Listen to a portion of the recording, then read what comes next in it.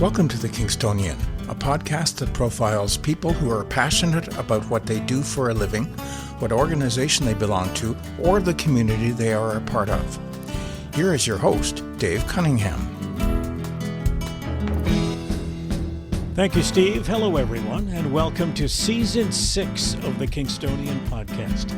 In this episode, a conversation with Gord Hunter, a man who has long been passionate about writing, articles published in various local papers and magazines, articles on various topics, including music and sports, and we'll get to that. We'll begin, though, with another passion, helping provide treatment and homes for animals in our community. Our guest is Executive Director of the Kingston Humane Society, and this episode is being recorded in late August 2022. Gord, welcome to the podcast. Thanks very much, Dave. Good to talk to you. I was looking through your resume, and you've worked with various nonprofits in a management capacity for some 20 years. Yeah. And when this opportunity came up, why choose the Humane Society? It's been a lifelong connection for me with animals. I think probably going back to when I was 12 years old, we moved from a little town called Deseronto, which was a tiny little town, but still in town we lived, and to a country house just north of Napanee, where my father still lives. It's like a 150-year-old farmhouse, 5 acres of land. And early on there, I took my pet dog out to the backyard, and he got a hold of a garter snake and injured the snake. And I came running into the house, and my mom would tell this story for years afterwards, including when I got the job here in 2019 at the Humane Society, that I came running into the house, I needed a Band-Aid. And Mom said, did you hurt yourself? And I said, no, but Rocky injured a snake, and I want to put a Band-Aid on the snake to make sure the snake's okay. And that kind of, I told that story when I got hired, and like I said, my mom continued to tell that story for years afterwards, just as an indicator of my love for animals. I can't remember a time where I didn't have an animal in my life, whether it was our family dog Rocky or many cats and dogs growing up, and to this day I have 2 cats in the house that I currently live in. So it just made a lot of sense.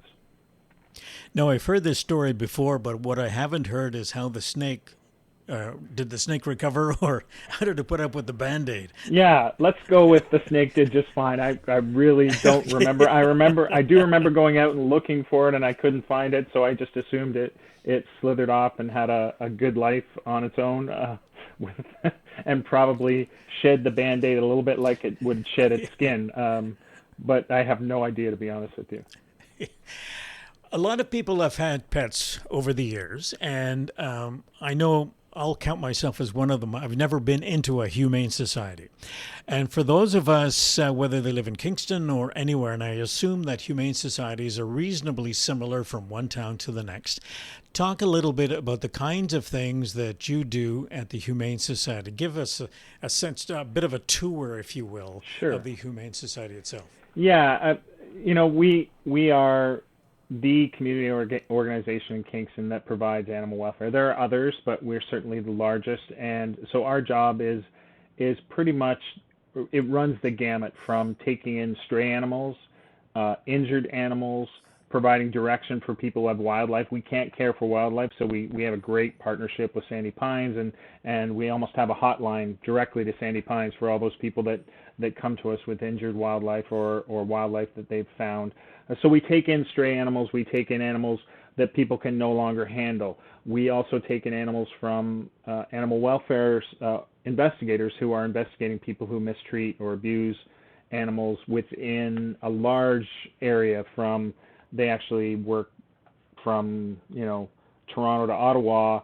Outside those 2 larger areas, we are one of the larger humane societies that takes in animals from animal welfare, and we have a full-time veterinarian, which not all humane societies do. So we also, on the veterinary side, we provide spays and neuters for all the animals that come to us. So let's say a stray animal comes to us and it's unaltered, maybe it's a female cat that needs to be spayed. We make sure that every animal we adopt out to someone's home is spayed or neutered, so that there's no chance of overpopulation, and that's a huge issue in the city of Kingston, is overpopulation of cats. In fact, it's a huge issue pretty much everywhere in terms of cats. So that's the intake side. That's a short version of the intake side. The outcome side is often the best part of what we do, which is connecting those animals that come to us in need or hungry or without a home, and making sure they're healthy and getting them into a home where they're going to be loved and cared for the rest of their lives. And those connections, when we make them, are incredible. And we have a really strong percentage of the number of animals that come to us that end up in homes in Kingston and the surrounding area. And then other outcomes include transferring animals to rescue organizations if the particular animal that we have might not be suitable for an adoption here in Kingston to a family or to an individual. So we work a lot with rescue organizations, and then sometimes we're working with other humane societies. If we're not having any luck getting an animal into a home, oftentimes other humane societies might have a different opportunity or different people that are interested. So those are kind of the outcomes. And sadly, there are some outcomes that are that require euthanasia, but that's only for animals who are very, very sick, and we don't have the possibility of making them better. Sometimes we're directed to euthanize an animal because it has been very aggressive in the community and has attacked someone or hurt someone, and those directions come either from the City of Kingston Police or animal control officers or public health. But that happens very rarely. One of the things we don't do is we never euthanize an animal just because we don't have space. We're always over capacity. We accept that that's just going to be the way it is. We have a great number of foster volunteers who help us so that we can have, in our case today, 267 animals when our capacity is 144, and still not be, have animals climbing out the windows because we have over 100 animals in foster care. So the community really helps with that. So that's, hopefully kind of a short summary of what we do. Talk about the people who work at the Humane Society or volunteer inside the Humane Society. The staff here is absolutely incredible. I have never worked, and I've done about 20 years in not-for-profit management. I've worked with lots of great people, but I've never worked with such a dedicated group of individuals who stop at nothing to help an animal, to treat an animal, to make sure they have everything they need to get better and get them into a home. And that includes sometimes taking a husky home that's going to have 12 or 14 puppies and caring for those 12 or 14 puppies for 4 to 5 weeks in a small house until they're ready to be brought back in here and weaned off their mother. So, the staff is incredible. The volunteers, same deal. They're so passionate and so committed to animal welfare. We have, I was just chatting with one of our longtime dog walkers, Michelle. She's in here every single day, rain or shine, walking every dog she can walk, just getting them out and getting them some enrichment, which alleviates some of the pressure on our staff, because our staff, when we have a full building like we often do, they're overwhelmed with just making sure the dogs and cats are fed and clean, and their kennels are cleaned, and they get their trips back and forth to the veterinarian if they need that. So it is really amazing to be amongst such a committed group of volunteers and staff. How many volunteers would you have at any given time at this society? We, prior to COVID, and it seems like we're always these days talking about things prior to COVID and then during COVID. Prior to COVID, we had well over 200 volunteers. Right now, we're rebuilding the program. The program was shut down for the better part of a year and a half. We restarted it about half a year ago just to try and get more people back into the building and people helping out. And I think we're upwards of around 60 volunteers, and that does not include our foster volunteers. They're kind of a separate entity in terms of they're not providing the typical volunteer services where they're coming in and walking dogs or cuddling cats or helping out at events. Their job is strictly to care for animals in their home until we can find them a home. So if you include our foster volunteers, we're well over 300 when we're operating at full capacity. No, I would assume that you're always looking for volunteers to help out or foster folks to do the job that they need to do. We are going to give your email address at the end of the program, so we're just letting people know that if they want to grab themselves a pen and paper to write it down, we'll do that at the end of the show so that they have that information to pass along and get a hold of you if they're interested in following up. Let's talk COVID. COVID has been something that you hear in the news that when we were in the midst of COVID for the last couple of years or so, there had been a lot more people bringing animals into the house to keep them company when they were locked in, if you will. Yeah. What have you seen in terms of the trends under your management of the society in terms of how many, has that been a marked increase in the number of people who have decided to bring pets into their life, and has that changed when they've been forced to go back to work?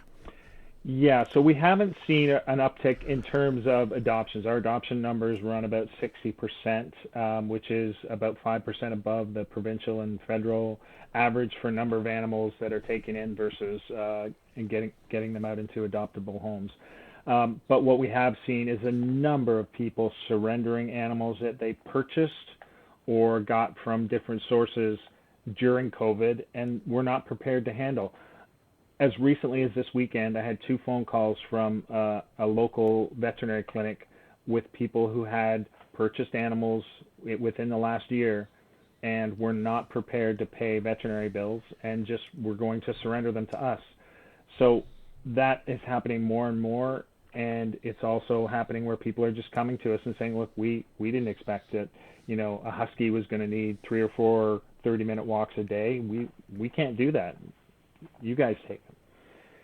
And it's really difficult for us in terms of seeing that, because one of the things that we stress with people is, look, know what you're getting into here. This is a commitment of 15 to 20 years, and know the type of the animal that you're looking for. If you just want a couch potato, then make sure you get a Saint Bernard or a big old lovely retriever.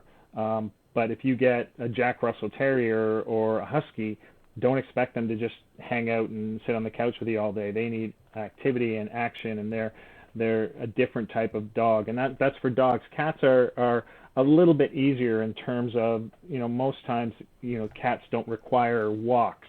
We do say that we do not endorse cats being outdoor animals, as in just opening the front door and letting them wander. We also want to make sure that everybody spays and neuters their animals if they have them. But yeah, COVID has really presented us with a challenge in terms of the number of surrenders we've had over the last, I'm going to say, it's almost a year now that we've seen an increase, and it hasn't really dropped much. And so we're hoping that at some point it levels out, because every animal welfare organization in Canada is really struggling with capacity issues right now. Mm-hmm. What about education for people who are considering getting a pet? Is that something that the Humane Society offers? Any sort of formal tips, if you will, or education? Yeah, we walk everybody through. So, the process is often someone calls us up and says, hey, do you have any small dogs? Well, you have a look on our website and see if there's a small dog there that really, appeals to you, and they get back in touch with us. And when that happens, they get back in touch, and they filled out an application form. And on that application form, there's questions that we ask that give us an indication of whether or not that person is really prepared for that animal. And let's assume that they filled out the answers appropriately. Then our staff talks to them about, okay, so the animal you're looking at, Fido here, is very active, requires a lot of walks. It looks like you have a fenced-in backyard, but what's your daily routine like? Are you going to be able to give this animal the kind of activity that it requires? Otherwise, you're not going to be happy, and it's not going to be happy. So we do, it's on a case-by-case basis in terms of that sort of particular education, but we also, we try and educate people just in general in terms of making sure they understand what they're getting into, that it's not just you're going to, get a cat from us and never have to worry about taking it to the vet again. No, we're gonna say it's at least annual checkups, and then if there's issues, you're obviously going to visit the the clinic more. So yeah, it's ongoing. It's something that we're always doing, is just trying to educate people in terms of what's required for animals. You've mentioned it a few times during the course of our few minutes that we've spoken, and that's spay and neutering and the importance of that. And let's underscore that. There's talk about the business of low-cost spaying and neutering. Can you describe, like, what does it cost normally to spay or neuter an animal? Yeah, it's a wide range. It's dependent upon the size of the animal, the age of the animal, oftentimes the breed of the animal in terms of what's required for anesthetic, and anesthetic is a fairly significant cost. But you're not likely to get out of a clinic for under $400 or $500. And it could be for a large breed dog, you could be talking about upwards of $1,000 in terms of a spay or neuter. And spays are generally more because they take more time. Neuters can be relatively quick. A neuter on a young, healthy kitten that's old enough and large enough to undergo a neuter surgery could be as quick as 3 or 4 minutes. But it's expensive, and we understand that. And it's also right now, again, with COVID and with the number of the shortage of veterinarians, that we're also seeing shortage of vet techs, that it's tough to get into a clinic in the first place. So yeah, we have decided we're going to offer a low-cost spay-neuter clinic. It actually starts this month, and we got over 100 applications in a matter of 3 hours for 10 spots. We're starting slow. We understand it's a drop in the bucket in terms of the overpopulation of cats in our community, but it's a start, and we'll work upwards from there. And it's something that's required because one female cat can have up to 25 kittens a year. And if you have yeah, and so when I looked at our numbers from 2021 in terms of the number of female cats that we took in, it was 336. So the quick math on that is that those 336 unspayed female cats could have given birth to 8,500 kittens in a year.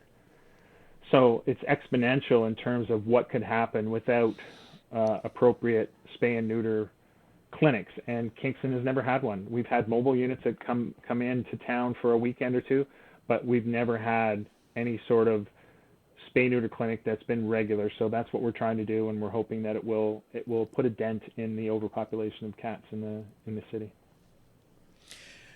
When we are talking about spaying and neutering and some of these various procedures, I'm curious to know what kind of relationship your Humane Society would have with other societies, whether it be around the area, around Ontario, internationally. How does that work? Is there some form of connection that goes on a regular basis?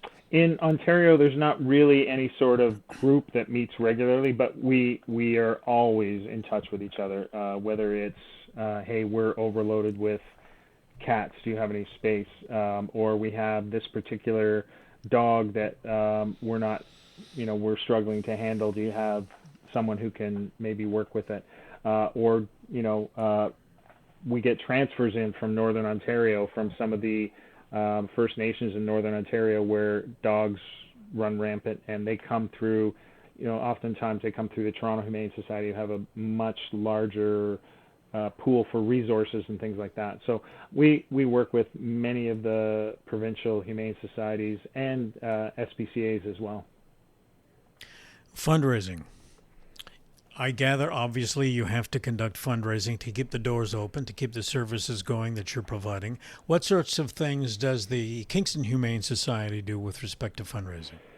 Yeah, you're right. 70% of our revenue comes from donations. So we have a few big events throughout the year. Our largest and kind of the showcase event is Big Paws in City Park. And that happens the third or fourth Saturday in September. This year it's September 24th. It's a great chance for people to come, take a walk. It's a pledge walk, but it's more than that. We have vendors there, and we have sponsors, and so it's a significant fundraiser for us. So is our golf tournament, which we just introduced at the beginning of COVID, actually, the first year of COVID, because we were struggling. Most of our events were shut down, but golf courses were open, so we were able to run our first annual golf tournament. It did really well. We ran it again this year. It did even better. So that's another fundraising event that we have. But our biggest fundraiser by far is we do a direct mail. We mail out to well over 7,000 people in the fall, and usually we tell them a story of something that's taken place during the year, and we express to them our need for their assistance, and the response is always overwhelming in terms of people, the number of people, the generosity of their donations. Without that, I'm not sure that we could make it through year to year. And of course, we have some great partnerships. We work with the City of Kingston. We have a contract as their pound services provider, although I never have liked that term pound. What we take animals from their animal control officers, and we try and match them up with the people who've lost them. And if that's not possible, then we care for them and find them a new home. So, and that's a significant portion of our revenue as well. And then we do get revenue from the animals we care for the animal welfare services. So, but fundraising is far and away our biggest revenue source. It's a great thing that you have so much support from the community, because there is so much call on those members of the community to donate to this charity or that nonprofit or whatever the case may happen to be. So if you have a regular crew that keeps you in business, if you will, that's a very positive thing. At the beginning of the program, we talked about your passion for writing, and we're going to do what's called a transition here, and we're going to talk about your writing as it relates to the Humane Society, because and I'm talking to listeners now, if people go to the website for the Kingston Humane Society, there's a thing called Hot Off the Collar blog. And these are stories that you write. And I guess one way of illustrating that is by having you tell the story of Pims. Sorry, not Tim's, Pims. Yeah, Pims. I was thinking of the coffee. I don't know. Sorry. I think in Canada, it's part of, That's right. It's iconic. We all know Tim's. But this was Pims, named after, I think it's a British alcoholic drink. I've never had it, but I've heard of it. But Pims came to us as a transfer, actually, from Texas. Pims is a cattle dog, and Pims had this just drive to herd people. But when he herded people or things, he nipped at them, and so he was a handful. And I remember thinking, I took him for a walk early on in his residency here, and he was with us for quite some time. And I was walking him and thinking, okay, Pim seems pretty good. I'm not sure what everybody's concerned about. And then there was a really bad snowstorm, and I was one of the first in, and I just started getting dogs out into our off-leash area so we could clean out their kennels. And I took Pims out, and I was wearing like pants he would wear when you go on skiing and things like that.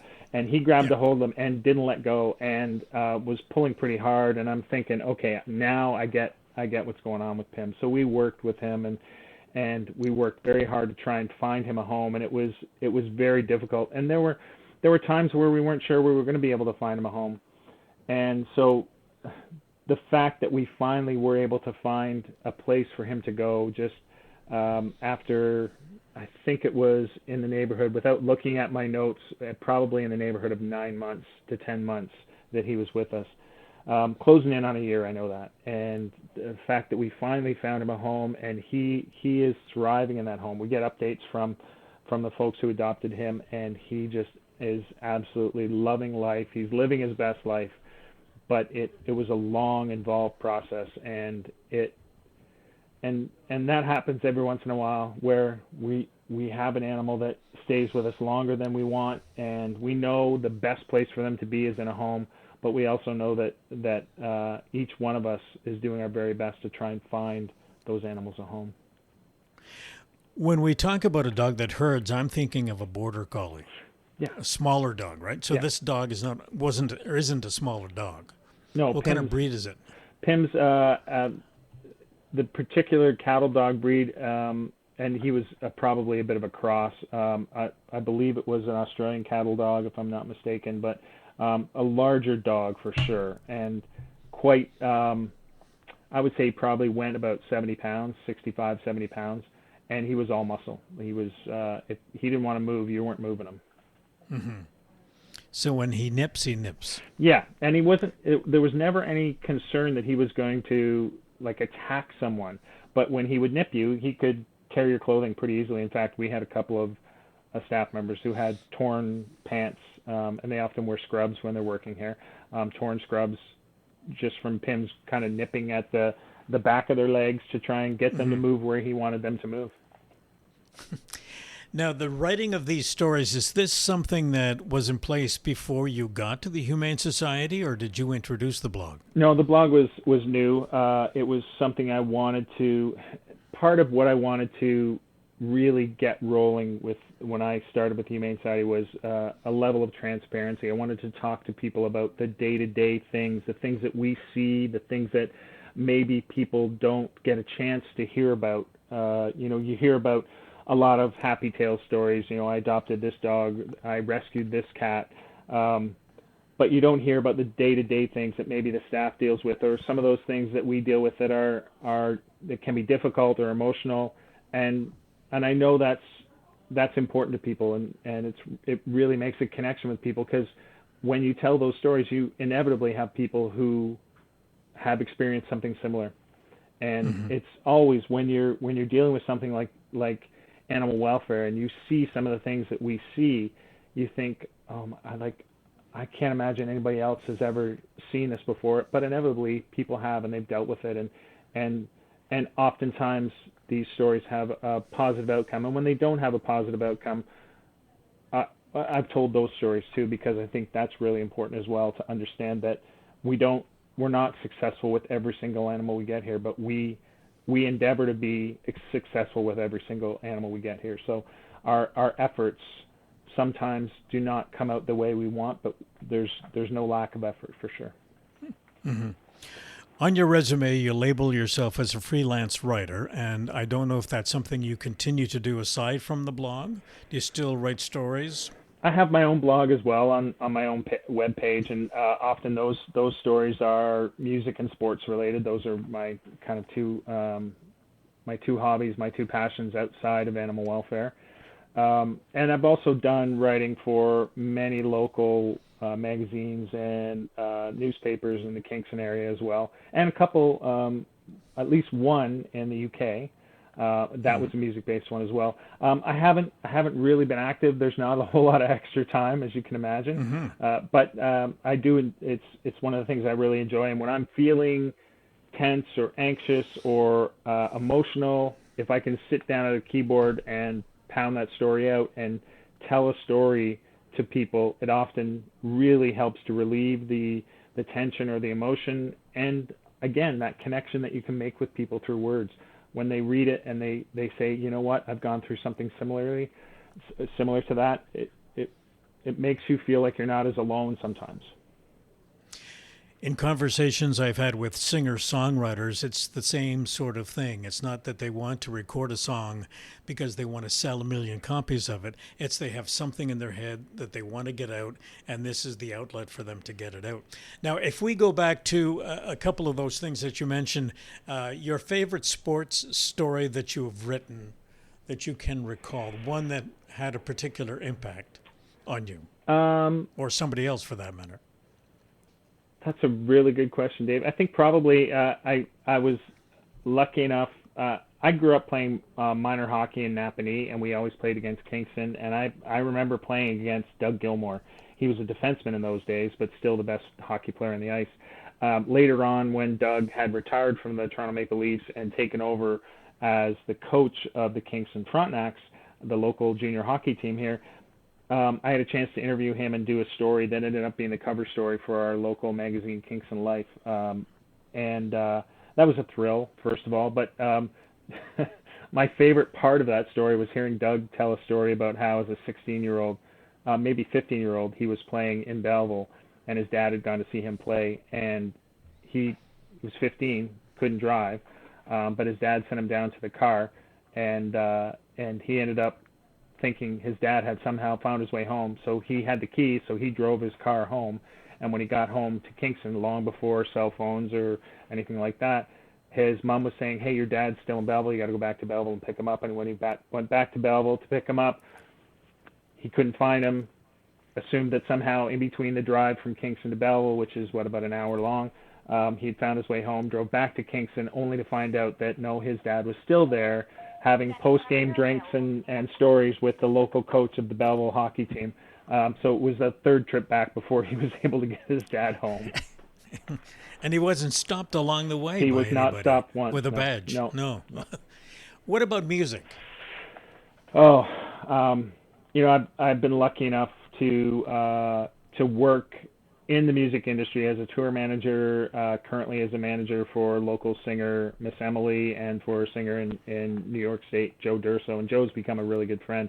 But Joe used to work for Bruce Springsteen, and I'm a big Springsteen fan. So along with all the concerts that I've gone to in terms of Bruce Springsteen concerts, I've seen a lot from backstage because of Joe's connection to Bruce Springsteen. So I did get a chance to be in a video with Bruce Springsteen with my lovely wife Jeanette, and the video was called "We Take Care of Our Own," and it was filmed in Asbury Park. And I remember writing about that and just sharing that experience, that Bruce was exactly the guy you wanted him to be. And I've met other musicians who were not so. They were, and you have to remind yourself there's a big difference between the art and the artist. But in terms of Springsteen, he was exactly the guy you want him to be. He went around after the video, shook everybody's hand. There was maybe 30 of us there. And it was shortly after his sax player, Clarence Clemens, had passed away. And as he came, he was in kind of handshaking mode, and he shook the hand of the person before my wife, and then he got to my wife, Jeanette. And Jeanette said, "We're really sorry about Clarence." And he said, "Oh, thanks very much for being here." And he went to the next person, and they stopped. And he came back to Jeanette because I think it really dawned on him what she had said. And he took her hand in both his hands, and he said, "Thank you very much. That means a lot." And I thought, wow, this is a guy I grew up kind of thinking was this blue-collar guy who was, down to earth and grassroots, and he is. He didn't have a security guy there. He drove himself to the video shoot. He drove himself home. And this is a multi-billionaire, so that was an incredible day, and I've been lucky enough to meet him a couple of times since then, and he's been that guy, and he hasn't let me down. We won't get into the whole dynamic pricing issue with his new concert tour, but because they do have some issues with that. But anyway, he's the guy. That's a whole other issue. Yeah, we could do a whole podcast on that. Yeah. That's great. I enjoy that idea of having these memories that you create for yourself, and you are a part of, and they come up to the front of your memory when you're asked the question. That's always indicates that these memories are special, and they will always be special. Yeah. I want to thank you very much for your time today, Gord. Learned a lot about the Humane Society, and I hope our listeners have as well. And we are going to mention the email address for people to get a hold of you, should they want to volunteer or take up fostering some of the animals that you may have available to foster. And all the best to you and the Humane Society, and I hope things do level off, and you're able to do the things you really want to do with the society. So thank you very much. Thank you, Dave, and I really appreciate the time. And I love the podcast as well. Your connection to Kingston has been long and strong for many, many years. So thank you very much. I appreciate it. Well, thank you.